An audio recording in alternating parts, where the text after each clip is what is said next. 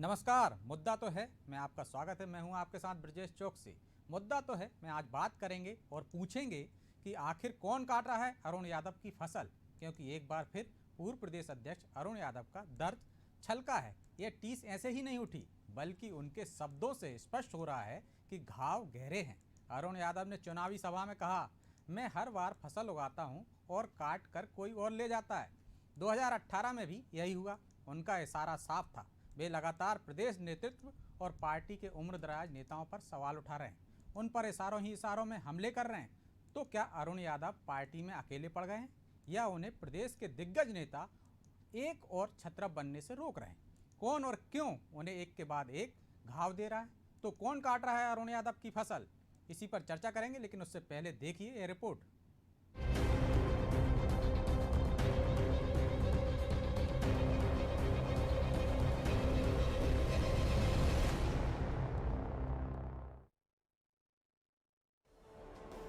Burhanpur Khandwa Lok Sabha seat के साथ रेगांव, पृथ्वीपुर और अलीराजपुर विधानसभा सीटों पर कांग्रेस ने अपना प्रचार प्रसार अभियान तेज कर दिया है। मध्य प्रदेश कांग्रेस ने भी ट्वीट कर सभी सीटों पर जीत का दावा कर दिया। अरुण यादव समेत प्रदेश कांग्रेस के सभी दिग्गज जमीन पर उतरकर अपने प्रत्याशी के लिए वोट मांग रहे हैं। चुनाव की घोषणा होने से पहले ही बुरहानपुर में जीत की जमीन तैयार कर चुके अरुण यादव अब राजनारायण सिंह के लिए प्रचार करते नजर आ रहे हैं। इस दौरान अरुण यादव केंद्र से लेकर मध्य प्रदेश तक बीजेपी पर हमला बोल रहे हैं। देश में फर्जी नेताओं की सरकार होने की वो बात कहते सुनाई दे रहे हैं, लेकिन इसके साथ सुनाई दे रहा है अरुण यादव का दर्द। उनके भाषण में उम्मीदवारी के नाम वापस लेने को लेकर कहीं ना कहीं टीस साफ नजर आ रही है। भाषण देते देते उनके दिल का दर्द भी छलक रहा है। अरुण यादव ने कहा कि दिल्ली में सोनिया गांधी को चिट्ठी लिखकर उन्होंने खंडवा बुरहानपुर लोकसभा उपचुनाव नहीं लड़ने की इच्छा जताई। साथ ही अरुण यादव ने बिना किसी का नाम लिए ही पार्टी के वरिष्ठ नेताओं पर तंज कसा और कहा कि मैं फसल उगाता हूं और किसी और को दे देता हूं। साल 2018 में भी ऐसा ही हुआ। मैंने फसल उगाई और मुझसे कहा तुम्हारी फसल दे दो और मैंने दे दिया। मुझे हर बार पार्टी जो निर्देश देती मैं करता हूँ। हर बार फसल में उगाता हूँ किसी को दे देता हूँ। हर बार फसल में उगाता हूँ किसी को दे देता हूँ। 18 में भी ऐसा ही हुआ। उन्होंने कहा तुम्हारी फसल दे दो, हाउ सब ले लो, फिर उगा देंगे। अरुण यादव के दर्द और कांग्रेस के ट्वीट पर बीजेपी चुटकी लेती नजर आ रही है। बीजेपी नेता अरुण यादव के बहाने जहां कमलनाथ और राष्ट्रीय कांग्रेस पर हमलावर है, तो दूसरी तरफ कांग्रेस की जीत वाले ट्वीट पर तंज भी कस रहे हैं। बीजेपी नेताओं का कहना है कि कांग्रेस ने 28 सीटों पर होने वाले उपचुनाव में भी जीत का दावा किया था और कमलनाथ के वापसी की बात कही थी। कमलनाथ की वापसी तो नहीं हुई, वो अब मध्य प्रदेश में भी कम ही दिखाई देते हैं। अरुण यादव जी पहले बोलते नजर आए कि अपने पारिवारिक कारणों से मैं चुनाव नहीं लड़ रहा हूँ। अब जो सभाओं में जा रहे हैं वो अपनी कुंठा, अपने मन की टीस बाहर निकाल रहे हैं और कह रहे हैं कि मैंने तो फसल बोई थी, काट कोई और रहा है। राजनीति का शिकार हुए हैं अरुण यादव जी। जिस दिन दिग्विजय सिंह जी ने शुभकामनाएं उनको दी थी कि अरुण शुभकामनाएं अरुण, उसी दिन वो राजनीति का शिकार हो गए थे। कांग्रेस में हताशा निराशा का माहौल है। अगर इस चुनाव में हताशा निराशा का माहौल नहीं होता तो कमलनाथ जी मैदान में होते बनिस्बत दिल्ली के। दिग्विजय सिंह जी मैदान में होते, दिग्विजय सिंह जी संपर्क करते होते, पर वो यही कहते हुए नजर आते हैं कि मेरे को जहां भेजते हैं वहां मेरे वोट कट जाते हैं। अरुण यादव जी देखिए आप टीस निकाल रहे हैं अपनी। अजय सिंह राहुल भैया हमेशा से ही सीख देते हुए नजर आ रहे हैं। सुरेश पचौरी जी घर बैठे हैं। तो ये कांग्रेस की अंतर्कलह है। दावे उनके दूसरे हो सकते हैं और जो यथार्थ है वो पूरी प्रदेश की जनता देख रही है। राजनीतिक घराने से ताल्लुक रखने वाले अरुण यादव को टिकट न मिलना कहीं ना कहीं अपने आप में सवाल खड़े कर रहा है, क्योंकि उन्होंने बीते कई सालों से खंडवा बुरहानपुर लोकसभा सीट पर मेहनत की है और सांसद भी रह चुके हैं।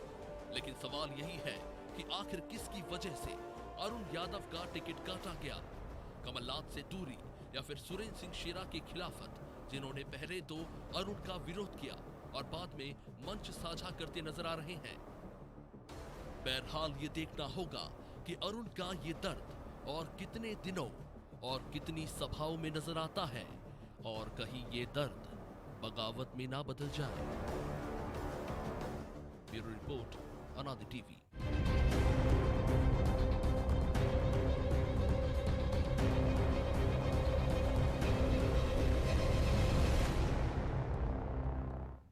तो कौन काट रहा है अरुण की फसल पर चर्चा के लिए हमारे साथ मौजूद हैं धैर्यवर्धन शर्मा, नेता बीजेपी के हैं, सुलाभ शुक्ला हैं, प्रवक्ता कांग्रेस के, और वरिष्ठ पत्रकार हैं हमारे साथ जयराम शुक्ल। तीनों मेहमानों का बहुत बहुत स्वागत है। शुक्ल जी, आपसे ही शुरुआत करते हैं। अरुण जी की फसल को कोई और काट ले गया, पहले भी काट ली थी 2018 में भी, अब भी ऐसा ही इशारा है उनका, दर्द छलका है उनका एक सभा में, कैसे देखते हैं आप इसको? देखिए, अरुण भाई ने कहा हर बार फसल में उगाता हूँ, फिर उगा लेंगे, फिर मेहनत कर लेंगे। ये दर्द नहीं है, ये गर्व है, ये फख्र है एक का, ऐसे सेनानी का, ऐसे कार्यकर्ता का। जो अरुण यादव पार्टी के बड़े कद्दावर नेता और निमाड़ और मालवा के तो वटवृक्ष है। पार्टी ने अरुण यादव को 2 बार सांसद, 1 बार केंद्रीय मंत्री, प्रदेश अध्यक्ष सरी की महत्वपूर्ण जवाबदारी दी। केंद्रीय संगठन में भी उन्हें महत्वपूर्ण पद दिया गया। अरुण यादव जी को विदिशा चुनाव में शिवराज जी के सामने चुनाव लड़ाया गया। इसका मतलब पार्टी में उनका कद बड़ा है, बहुत बड़ा कद है। अरुण यादव जी ने मेहनत करी, वरिष्ठ नेताओं के साथ मिलकर मेहनत करी, और 2000 और उसके बाद प्रदेश में कांग्रेस की सरकार स्थापित हुई। जो की फसल भाजपा ने अपनी कुटिल इदारों से षड्यंत्र पूर्वक काट ली। ये फसल वो कटी। अरुण यादव जी का जो इशारा है, से थोड़ी देर छीनी थी उन्होंने, तो कमलनाथ जी को तरफ इशारा किया है कि उनकी वही फसल वो ले गए। अरुण यादव जी पार्टी के अंगी थे। जी, शुक्ला जी की तकनीक कारणों से लगता है शुक्ला जी से संपर्क टूट गया है, उनकी आवाज नहीं आ रही। आज देखो उमा भारती बयान दे रही है बराबर, लगातार शिवराज जी को लगातार, नरोत्तम मिश्रा जी, इनकी सिर्फ कांग्रेस में ये चीज नहीं है। यही तो बड़ा दिल है, यही तो सोनिया जी ने भी किया था। प्रधानमंत्री पद की उम्मीदवार वो सरकार बनी, लेकिन प्रधानमंत्री इतने बड़े नेता हैं शुक्ला जी, वो इतने बड़े नेता हैं, इतने बड़े कद के नेता हैं, तो सर्वे में उनका ही नाम नहीं आया, उनके ही क्षेत्र से। अरे अरुण भाई, सर्वे की जरूरत नहीं, सर्वे खुद करते हैं। मैंने आपसे कहा निमाड़ मालवा के वटवृक्ष है, वो क्या सर्वे करते, क्या सर्वे होगा? वो खुद सर्वे करते। उन्होंने ही कहा, उन्होंने खुद अपना नाम विड्रा किया। उन्होंने कहा राजनारायण सिंह जी को खड़ा चुनाव, और उसके साथ तन मन धन से कंधे मिलाए काम कर रहे हो। पार्टी आश्वस्त है कि हम उपचुनाव जीतेंगे। बड़ी बात है, बड़े दिल की बात है। ये सिर्फ कांग्रेस में देखने को मिलेगा श्रीमान, कहीं नहीं मिलेगा। ये भाजपा से इसकी उम्मीद नहीं की जा सकती। उन्होंने एक चीज और कही थी, एक बात और कुछ दिन पहले ही, कि हमारे अध्यक्ष बहुत अनुभवी हैं, हर काम सर्वे से करते हैं, और योग्यता पर सवाल उठाए थे एक तरह से कि सर्वे के आधार पर उनका टिकट कटा है। इस पर क्या कहेंगे? देखिए भाई का सर्वे अगर करना चाहे तो मैं समझता हूँ उन्हें सर्वे की आवश्यकता कहाँ है। और निमाड़ मालवा के एक कद्दावर नेता अरुण भाई सर्वमान्य नेता है, तो ये प्रदेश अध्यक्ष भी जानते हैं, राष्ट्रीय अध्यक्ष भी जानते हैं कि अरुण भाई किसी सर्वे के मोहताज नहीं है जी। लेकिन शायद आपके प्रदेश अध्यक्ष नहीं मानते। वो भी मान, ये कहीं सबके ही सुनी बातें हैं। उन्होंने कहा था कि सर्वे के आधार पर टिकट दिया जाएगा, तो आप उनकी बात को खारिज कर रहे हैं लगता है। सर्वे की टीम में अरुण भाई भी थे, उन्होंने सर्वे किया, उन्होंने योग्य उम्मीदवार को कहा कि चुनाव लड़ाया जाए राजनारायण सिंह जी को, तभी तो साथ में खड़े हैं। उन्होंने ही अपना नाम काट दिया होगा। जयराम जी हमारे साथ जुड़े हैं, आप इसको कैसे देखते हैं कि जो अरुण यादव की बार बार जो टीस उठ रही है 2018 के बाद, जब 15 माह की कमलनाथ सरकार थी, तब 8 महीने बाद ही उनका दर्द झलका था कि इस तरह भ्रष्टाचार, और हमने जो लड़ाई लड़ी है ऐसी सरकार देखने के लिए नहीं लड़ी थी। जयराम जी।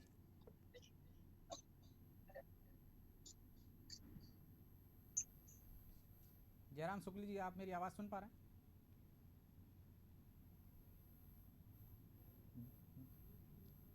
जयराम शुक्ला जी, हेलो, आप मेरी आवाज सुन पा रहे हैं? जयराम जी,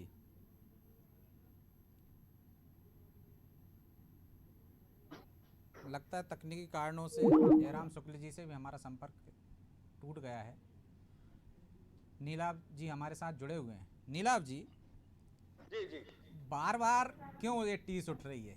पहले भी उठी है, पहली बार नहीं हुए। अभी वो मुस्कुराते हुए बोल रहे हैं, भले ही सभा में प्रचार भी कर रहे हो, लेकिन दर्द तो है, बार बार छलक ही रहा है। अरुण यादव नहीं, अरुण यादव ने खुद स्पष्ट किया है, कुछ दिन पहले उनका बयान आया था, 47 साल की उम्र में किसी व्यक्ति को 2 बार सांसद, 1 बार केंद्रीय मंत्री, 1 बार प्रदेश अध्यक्ष, केंद्रीय संगठन में महत्वपूर्ण जवाबदारी, छोटी बात नहीं होती। अरुण भाई जी कृतज्ञ हैं इस चीज को लेकर। अरुण भाई का कद इतना बड़ा है कि उनकी सर्वे की मतलब जितनी आवश्यकता मेहनत उन्होंने पार्टी के लिए की उतना दे चुका है संगठन उनको, अब जरूरत नहीं है, ऐसा कहना चाह रहा है। आप गलत जा रहे हैं अरुण भाई। वो चीज है जो पार्टी के लिए मेहनत कर रहे हो, फसल खड़ी करो, योग्य उम्मीदवार जो उनको लगता है कि यही तो खूबसूरती है कांग्रेस की, ये भाजपा में नहीं है। यही बड़प्पन है कांग्रेस का कि उम्मीदवार योग्य होते हुए एक फसल तैयार करता है, एक चुनावी मैदान तैयार करता है और उसे अपने कार्यकर्ताओं को आगे बढ़ाता है, उन्हें कहता है इन्हें चुनाव लड़ाया जाए। ये त्याग है, यही सोनिया जी ने दिखाया, यही अरुण भाई ने दिखाया। तो उन्होंने किसी युवा नेता को टिकट देना चाहिए, ये उनका बयान था। मैं नहीं लड़ना चाहता हूं, लेकिन किसी युवा को वहां से मौका मिले। तो राजनारायण सिंह जी आपको युवा दिख रहे हैं? दो बात थी, युवा या अनुभवी। राजनारायण जी ये अनुभवी, देखिए समन्वय है युवा और अनुभव का जी। तो हर बार आपकी पार्टी युवा के आगे अनुभवी को ही महत्व दे रही है, चाहे राजस्थान देख लो, चाहे मध्य प्रदेश देख लो, चाहे अन्य राज्यों में। पार्टी हमारी युवाओं का जोश और अनुभव का मार्गदर्शन दोनों को साथ लेके चलती है। हमारा मार्गदर्शन मंडल में बिठाने की परंपरा नहीं, उनका मार्गदर्शन लिया जाता है जी। तो उनको कोई दर्द नहीं है, मतलब आप उनकी हंसी को दर्द में महसूस नहीं कर रहा? उनका गर्व है, उनका फख्र है। चलिए, धैर्यवर्धन जी भी हमारे साथ जुड़े हुए हैं। धैर्यवर्धन जी, अरुण यादव को कोई दर्द नहीं है, आप बेमतलब में खुशी पाल रहे हैं कि वहाँ अंतर्कलह चल रही है, राजनीति के साजिश के शिकार हो गए वो। आपका भला कुछ नहीं होने वाला। एक बेनाम उदासी से भरा बैठा है वो शख्स, आज दिल खोल के रोने की जरूरत है उसको। नीलाभ जी तो अजय सिंह जी के दर्द को भी, यादव जी के दर्द को भी प्रकट नहीं होने दे रहे हैं। बड़े कुशल प्रवक्ता है कांग्रेस के, सफेद झूठ भी इतनी साफगोई से बोल रहे हैं कि पूरा मध्य प्रदेश उनके दर्द को देख रहा है। पर कांग्रेस पार्टी के प्रवक्ता बिल्कुल उलट ऐसी तस्वीर प्रकट कर रहे हैं जैसे वहां कुछ भी नहीं है। अब तो वो मुस्कुरा रहे हैं, तो अभी जगजीत सिंह जी की गजल का वो हिस्सा याद आ रहा है कि तुम जो इतना मुस्कुरा रहे हो, क्या गम है जिसको छुपा रहे हो। और दिग्विजय सिंह जी ने कंधे पे हाथ रख के बधाई दे दी। पिक्चर का दी एंड तो उसी दिन हो गया था, क्योंकि यहाँ दोनों सीनियर लोग बैठे हैं। मुझे लगता है मध्य प्रदेश के सैकड़ों हजारों लोगों को यह प्रसंग याद आ जाएगा, और यह अक्सर चर्चा का विषय भी रहा करता था जब दिग्विजय सिंह जी मध्य प्रदेश के मुख्यमंत्री हुआ करते थे और लोग उनसे मिलने जाते थे, तो जिसके कंधे पर वो हाथ रख करके मुस्कुरा देते थे, एक आम चर्चा होती थी कि उसका काम कभी नहीं होता था, और वास्तव में होता भी नहीं था। अब कंधे पे हाथ नहीं रखते, अब ट्वीट से ही निपटा देते हैं, ऐसा कहना चाह रहा हूं। मार देने वाले नेता हैं, उन्होंने भी अपना खेल किया। और कमलनाथ जी के बारे में तो वो कह रहे हैं कि वो सर्वे आधारित नेता हैं। ये कांग्रेस के खुद नेताओं के मुखार बिंदु से आपको सुनने को मिल रहा है। दरअसल कांग्रेस में जबरदस्त अंतरकलह है। कांग्रेस में आम कार्यकर्ता है, जो नौजवान कार्यकर्ता हैं या 50 वर्ष की आयु के आसपास के जो लोग हैं, वे चाहते हैं कि दिग्विजय सिंह जी और कमलनाथ जी वानप्रस्थ में चले जाएं। इनका कोई काम बचा नहीं है कांग्रेस पार्टी में। पर ये मेरा टेसु यही अड़ा, ये जब तक अड़े रहेंगे तब तक इनका कोई भविष्य नहीं है। कांग्रेस की पूरी पीढ़ी की पीढ़ी आज बर्बाद होने के कगार पर है। आप कल्पना करिए, कमलनाथ जी कौन है?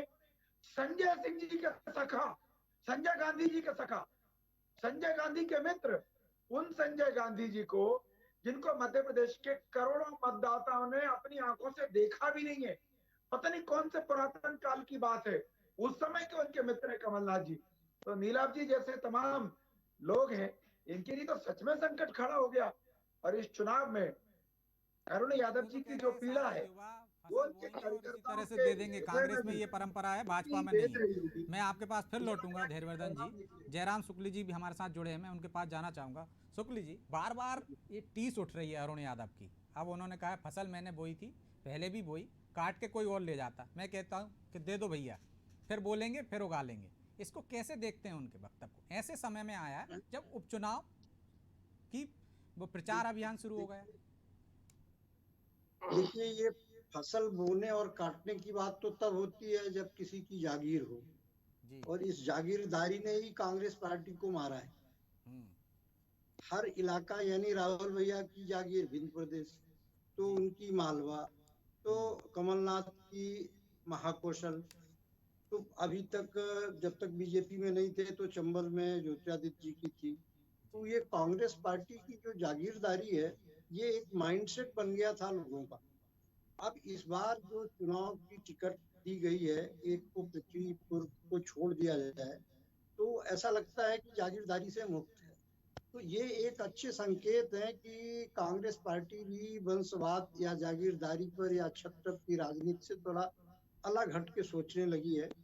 और भारतीय जनता पार्टी तो हमेशा इस दृष्टि से चलती ही थी। वो तो प्रभात झा ने कहा था कि वो परमाणु विस्फोट करती है, जो आशा नहीं रहती वो काम हो जाता है।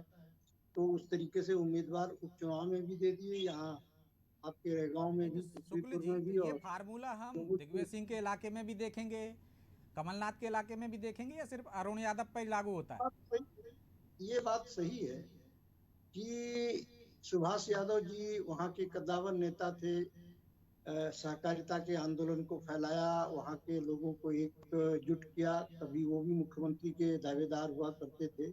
और उनकी सरकार को आगे बढ़ाते हुए हमारे अरुण भाई भी मेंबर ऑफ पार्लियामेंट रहे, केंद्र में मंत्री रहे, प्रदेश के अध्यक्ष रहे, उन्होंने मेहनत की।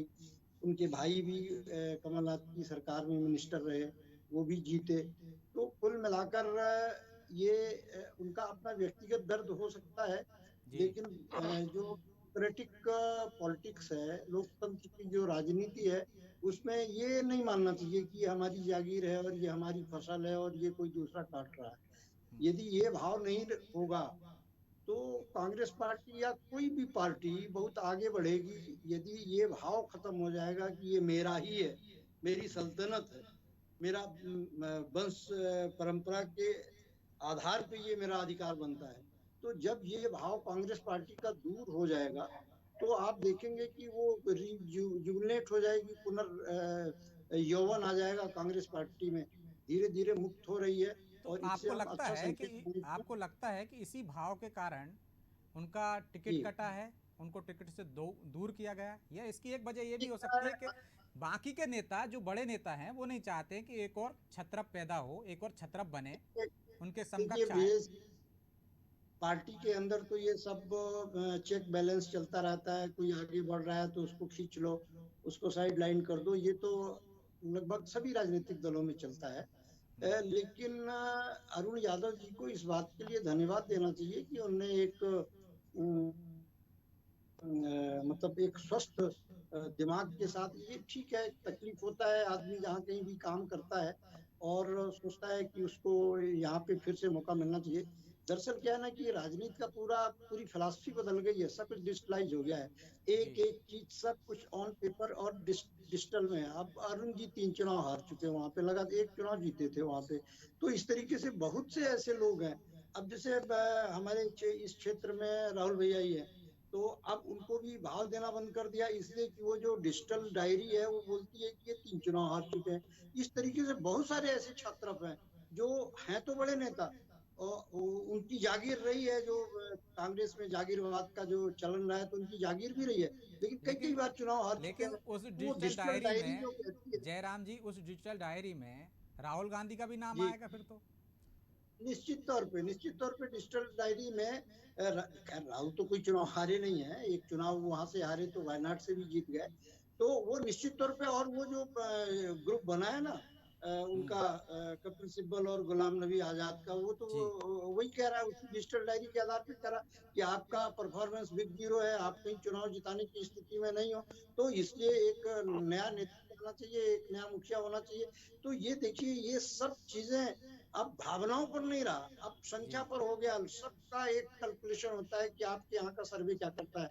दरअसल इसको सौभाग्य को, दुर्भाग्य को, आधुनिकता को, चाहे कांग्रेस पार्टी हो, भारतीय जनता पार्टी हो, जनता दल हो, सबके पास नॉन पॉलिटिकल लोग हैं जो पॉलिटिक्स की स्ट्रेटजी तय करते हैं। भारतीय जनता पार्टी में भी ऐसे लोग हैं, कांग्रेस पार्टी में भी ऐसे लोग हैं, और अन्य भी राजनीतिक दल, ये प्रशांत किशोर टाइप के जो आइटम है, ये हर छोटे छोटे नेता इस तरीके के आइटम को एक्वायर कर रहे हैं। हमारे मध्य प्रदेश में भी आप देखेंगे भारतीय जनता पार्टी में कहीं किसी कोने में एक कमरे में एक प्रशांत किशोर टाइप का आइटम बैठा होगा। भारतीय जनता कांग्रेस पार्टी के भी किसी कोने कोतरे में एक ऐसे तो प्रशांत आपका ये किशोर कहना टाइप का है कि गैर आइटम। राजनीतिक लोग हैं जो कांग्रेस को चला रहे हैं, बाकी दलों को भी चला रहे हैं? नहीं, सभी दलों में, गैर राजनीतिक लोगों का सभी दलों में स्ट्रेटजिस्ट के रूप में उनकी प्राण प्रतिष्ठा हो चुकी है। भारतीय जनता पार्टी इसकी मुक्त नहीं है, बल्कि भारतीय जनता पार्टी ने इसकी शुरुआत की थी। 14 का जो चुनाव हुआ था ना, वो नॉन पॉलिटिकल स्ट्रेटजिस्टों की कल्पना का चुनाव था। और जो नीतीश कुमार का चुनाव हुआ, जो ममता बनर्जी का चुनाव हुआ, और जो भविष्य में चुनाव होंगे, वो सब नॉन पॉलिटिकल किरदार ही ये सब कुछ तय करने वाले हैं निकट भविष्य में। ये जो तो स्थितियां हैं पुराने राजनीतिक जमाने लोगों का की। भविष्य फिर तो दांव पर लग जाएगा। नीलाभ जी, गैर राजनीतिक लोग राजनीतिक लोगों का भविष्य तय कर रहे हैं। चलिए, आपने कहा कि सर्वे से नहीं होता, लेकिन सब लोग मान रहे हैं कि सर्वे के आधार पर हुआ है। उपचुनाव नहीं लड़ने की इच्छा जब जताई थी अरुण यादव ने, तब उन्होंने एक बात और कही थी कि नहीं लड़ूंगा। तो मैंने सोनिया गांधी को चिट्ठी लिखी, कहा कि मैं नहीं लड़ना चाहता हूं, किसी युवा को मौका दे दिया जाए। तब उन्होंने कहा, ये भी इस सभा में ये बात कही कि जब मीडिया में लोगों ने अफवाह फैलाई और अपने ही लोगों ने, मेरी पार्टी में मेरी चिंता करने वाले नेताओं ने ही मेरे बाहर जाने की अफवाह उड़ा दी। तो ऐसे कौन लोग हैं जो अरुण यादव को डाउन करना चाहते हैं? उन्हीं की पार्टी में किसकी तरफ इशारा कर रहे हैं वो? देखिए, किसी वरिष्ठ नेता का विचार नहीं, तो मीडिया की अफवाहें थी। तो सोशल मीडिया पर जो भारतीय जनता पार्टी की चलती आईटी सेल, वो तरह तरह के छबूबे छोड़ती है। और वो भाईसा की बात सहमत हुई है। भाजपा ना जो गैर राजनीतिक लोग हैं, अंबानी अडानी सरी के लोग, ये भाजपा चला रहे हैं। मेरे भाजपा के मित्र समझ में, भाजपा में काम, ये प्राइवेट लिमिटेड कंपनी में काम कर रहे हैं। अंबानी अडानी की पार्टी है आपकी, गई भाजपा बरसों पहले खत्म हो चुकी है। ये तो दो उद्योगपति चला रहे हैं, और आपकी पार्टी में दो लोग उसके वो बरसों पहले कब खत्म हो गई? देश में नंबर 1 पार्टी है आज की तारीख में, आपकी पार्टी नीचे आ गई है। प्राइवेट लिमिटेड कंपनी बन चुकी है। वैसे आप भारतीय जनता पार्टी से विलोपित हो चुकी है अटल बिहारी आडवाणी जी के साथ। ये तो दिखाओ इनको, अंबानी अडानी के इशारों में चलने वाली दो लोगों की पार्टी, ये बेचारे उसके लिए काम कर रहे हैं, बिना तनख्वाह कार्यकर्ता। इन्हें समझ में नहीं आ रहा किसके लिए कर रहे हैं। आप एक कंपनी में काम कर रहे हो श्रीमान, पार्टी में नहीं हो। आप दिमाग से क्लियर कर लीजिए अपना। तो अरुण यादव बार बार आपके अपने नेताओं पे क्यों, आप उनकी पूरी बात को ही खारिज कर देना चाहते हैं? उन्होंने कहा कि मैं फसल बोता हूं और कोई और काट ले जाता है। उन्होंने कहा मेरी पार्टी के लोग अफवाह फैला रहे हैं जिनको मेरी चिंता करनी चाहिए, आपने उसको भी खारिज कर दिया। और आप ही कह रहे हैं कि अरुण यादव बहुत बड़े कद के नेता हैं, उनके बारे में सर्वे करने की जरूरत नहीं है। अरुण यादव फसल नहीं काम है, फसल तैयार करता हूँ मैं, जमीन तैयार करता हूँ, उस आदमी को सौंप देता हूँ, पार्टी के नए कार्यकर्ता हूँ। यह त्याग की बात है, गर्व का विषय है। कोई अंदर का दर्द नहीं जो दर्द बचाए भाजपा कर रही है, गर्व है। ये सिर्फ कांग्रेस में ही देखने को मिलेगा। सारे त्यागी कांग्रेस में ही हैं, सरकार भी त्याग देते हैं। धैर्यवर्धन जी, सोनिया जी ने प्रधानमंत्री पद तो मुझसे इनकार किया, इससे बड़ी बात आप क्या होता है कैसा? कांग्रेस पार्टी तो विशुद्ध गांधी परिवार की प्राइवेट लिमिटेड पार्टी है। इनके यहाँ तो जो गांधी परिवार जिनको आश्रय देता है, वे राज्यों में ताकतवर बने रहते हैं। आपके पास तो नेताओं के अस्तित्व पर सवाल खड़ा हो जाता है। मैं चाहती हूँ अभी कमलनाथ जी की इतनी क्यों बोली जा रही कांग्रेस, क्योंकि वो गांधी परिवार के खास हैं। नीलाभ जी, उनकी बात आ जाने दीजिए। सोनिया गांधी जी के यहाँ से बूस्टअप होते हैं, एनर्जी मिलती है और उसी से लाभान्वित होते हैं। और आप देखिए कि पूरी की पूरी कांग्रेस पार्टी राष्ट्रीय स्तर भी हैरान परेशान है। ये ग्रुप क्यों बनता है G23 और फलाना और ढिमका? इसलिए क्योंकि वे सारे के सारे लोग, वो फैमिली का जो ड्रामा है, माताजी, बहन जी और राहुल बाबा और दामाद जी, उससे आगे कांग्रेस निकल ही नहीं पा रही है। ऑल इंडिया कांग्रेस नाम है, पर है तो वो गांधी कांग्रेस ही उसी परिवार की। चलिए, दोनों को मुझे लग रहा है दोनों आप एक दूसरी पार्टी को प्राइवेट लिमिटेड कंपनी बता रहे हैं। टाइम भी हो गया है। मैं जयराम जी से लास्ट कमेंट लेना चाहूँगा। जयराम जी, जब मध्य प्रदेश में तवज्जो नहीं मिली शायद अरुण यादव को, शायद यही वजह है कि उन्होंने G23 के नेताओं पर निशाना साधा दिल्ली में पेट बढ़ाने के लिए। नहीं, अब उनकी कोई तड़प तो होगी। देखिए, इसमें कोई संदेह नहीं है कि विधानसभा चुनाव से पहले अजय सिंह राहुल और अरुण यादव, इन दोनों ने मिलके काफी काम किया था, और वो दुर्भाग्य से दोनों साइड लाइन हो गए। तो ये तड़प अरुण यादव में भी है, अजय सिंह राहुल जी में भी है। ठीक है, ये चुनाव हार गए पार्लियामेंट के, और वो भी पार्लियामेंट के चुनाव हार गए, लेकिन ये बड़े नेता हैं मध्य प्रदेश के, मतलब दूसरी पीढ़ी के बड़े नेता है अर्जुन सिंह सुभाष यादव के बाद के। तो इसकी इनकी तड़प, इनकी एक अच्छी फॉलोइंग है, तो एक तड़प तो ये होती है। लेकिन जैसा मैंने कहा है कि अब राजनीति बड़ी निर्मम होने जा रही है। जी अब तो मतलब जिसको बोलते हैं कि जो भी उनका सांख्यिकी के आंकड़े बोलेंगे कि किसका कहाँ पे कैसा रुझान है, वो तो अब तो विदेश की एजेंसियां भी सर्वे के उसमें अगले चुनाव में आप देखेंगे कि विदेश की बड़ी कंपनियां जो हैं तो वो चुनाव का काम संभालेंगी, जैसा कि यूरोप में संभाल रही हैं, अमेरिका में संभाल रही हैं और तमाम देशों में संभाल रही हैं। तो ये जो चुनाव है वो बड़ा हृदयहीन होने जा रहा है, बड़ा डिजिटलाइज होने जा रहा है, जो सांख्यिकी और इसके आधार पे जो नॉन पॉलिटिकल स्टेक होल्डर्स हैं वो सब तय करेंगे कि कहाँ किसको जिताना टिकट इसलिए देना चाहिए। बाकी सब नेताओं को भी तैयार हो जाना चाहिए कि हंसते हंसते अपना दर्द बयां कर सकें। इस तरह से बिल्कुल, सर्वे बिल्कुल। अब तय करेंगे। बहरहाल अब समय इजाज़त नहीं देता, इसलिए आप तीनों मेहमानों को बहुत बहुत शुक्रिया चर्चा में शामिल होने के लिए।